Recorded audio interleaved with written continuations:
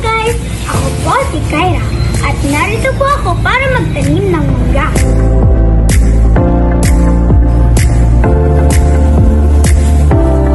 At meron po ako ditong seedling, pero pwede din po kayong gumamit ng buto nito. Una po, maghuhukay po tayo ng may lalim na 6 na pulgada.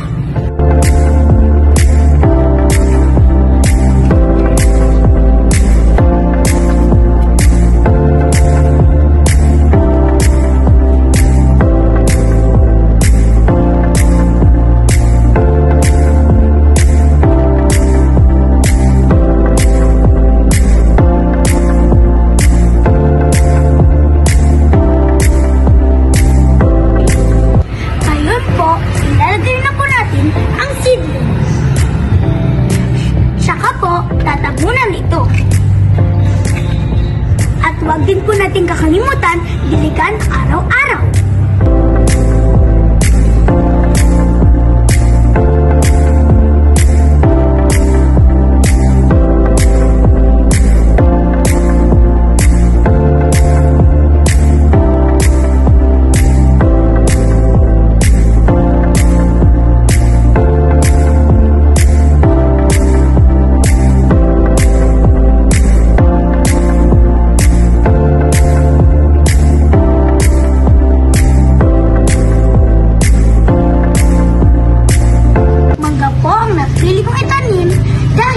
Sa paglipas ng 3 hanggang 5 taon, mapagkukuhanan po natin ito ng bunga na pwedeng kainin.